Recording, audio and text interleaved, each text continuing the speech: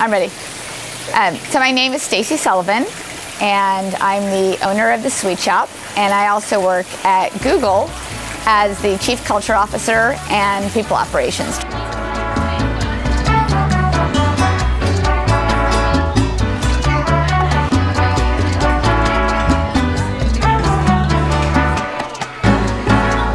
Catch a star if you can, wish for something special. Let it be. I think it's safe to say that everyone at the shop adores her. She is the coolest boss. She's one of the nicest people in the world. She's one of the most generous people any of us know, and so we couldn't ask for a better owner of the shop or boss. Stacy is special because, well, it's her personality. I mean, she is so up, so effervescent, so full of life, and always bouncing around doing something. My parents still live up in the hills, and I went to Gunn High School and Terman, which is right near the Sweet Shop. So I used to come here at lunch. It used to be an open campus back then, and if you had a note from your parents, you could come at lunch and come to the Foodland or Adamant Mart or whatever they used to call this place at the time. So that was great for kids to be able to get candy here. You know, we've lived here for nearly 14 years, and when we first moved in, it was a Foodland, which was kind of an understocked convenience store, and my son would ride his bike there to get candy. Wasn't quite Sweet Shop quality candy, but it was, you know, off the rack candy bars.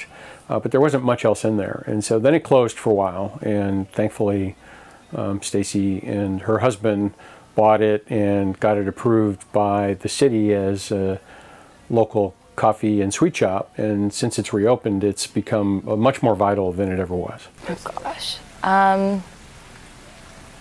I think that it was most prominent last year because our teacher would always bring it up, the fact that we can't have these certain things because of the budget cuts, but I don't think we realize what we're missing out on because we already have a lot of like great, I don't know, things to use around the school. But I think that it's more like we could have more or better, and we just don't. We were just taking a walk one day with my husband, my two sons, and I. My kids at the time were probably, my boys were 13 and 10. And we were just walking by the shop, and we were telling the boys kind of the history about what the shop used to be, and you know how it was, you know, changed over time. It used to be kind of a general market, and now it had been abandoned for about 5 years, and it was, you know, just run down and looked really bad. And we just actually looked at it. We hadn't really thought about it much before, and I just turned to my husband and said, "Wouldn't it be cool if we turn this into something really great for the community, and something just really nice that's not an eyesore, and something great for the neighborhood that encourages people to just walk and ride their bikes, and a gathering place. And then any proceeds we make or any money we make at all, we'll just give back to a great cause, like to our local schools, something like that." You know, we don't want to just have candy and things that are really unhealthy, because our family in particular is really into everything in our life is like gluten-free practically and healthy in my family. But since it's been redone and opened as the Sweet Shop, I've been coming here for about maybe 1 or 2 years, and it's on. The reason I stop by is because it's on every day I walk. I take a walk. I'm retired. And so I stop here, and I never thought that I would be able to have a conversation with teenagers, seeing as how I'm 80 years old. And but I found that it's real easy, and it's a lot of fun to learn what's going on in their world. For me personally, is the people. I just like talking to young people. It's a lot better than talking to old people. I mean, we've seen like girls get asked out by their like new boyfriends, and we like know the little gossip with like the little kids, so it's really cute, and it's just kind of a social place for them. I mean, colorful probably is like the one thing you can think of. She walks in always happy, she's always wearing bright clothes, and then the Sweet Shop is obviously just a happy place, and I think that you can just like you know that. I don't know, when she's in the shop, her presence is known, and she's like the celebrity of the shop. It's just a fact. She will talk to anyone and everyone. She will go sit down with you and like ask you how you are. She knows the regulars more than anyone. And so I think the shop is just like, her energy is always throughout it. So we thought about, even before opening up the shop, kind of the likelihood that we'd be able to make, either a lot of money or a medium amount of money, or like no or minimal money. And from talking to a lot of people who had opened up businesses, we knew at least for the first few years, we'd only be able to make maybe a little bit of money above our operating kind of expenses. And again, the more business we have, the more we'll actually be able to give back to the schools. So far, we've been able to give, after next month, to 6 different schools some amount of funds that they're utilizing mainly for technology for students and for teachers, and we're really pleased with that.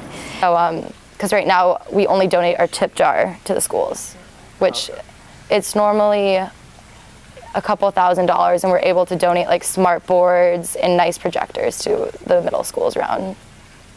Since our kids have grown up through Santa Rita, through the elementary school, and just watching the budget cuts over the years and the number of teachers that have lost their jobs, or some of the administration that have been squeezed out of jobs, and the trade-offs we've had to make with different kind of extracurricular classes, more enrichment classes, things that have been cut, the musical programs, the art programs. So giving money to the schools versus another cause was just something that's near and dear to our hearts, and having kids going through the public schools and really caring about our grandkids and kids to come, who I hope grow up in Los Altos. We thought that would have the most local bang for the buck.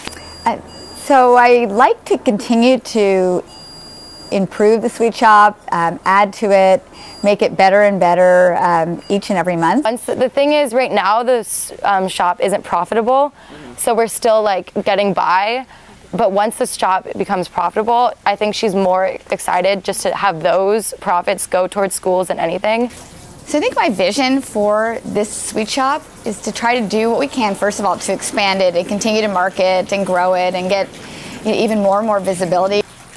So I'd like to maybe consider doing something else broader in time, but I haven't really figured out what it is. I really want to make this place as great as possible. So the best part about owning the sweet shop is that it's really viewed as a gift in our mind, and just a community gathering spot that all types of people can benefit from. It seems like anything we can do to give back just a little bit, even just technology, or even just helping to support hiring a part-time teacher, is going to make a big difference in even just one child's life. And again, I'm all about giving locally, and I think I can have the most impact from giving anything that the sweet shop can make just to any of the schools, even just to make the smallest difference.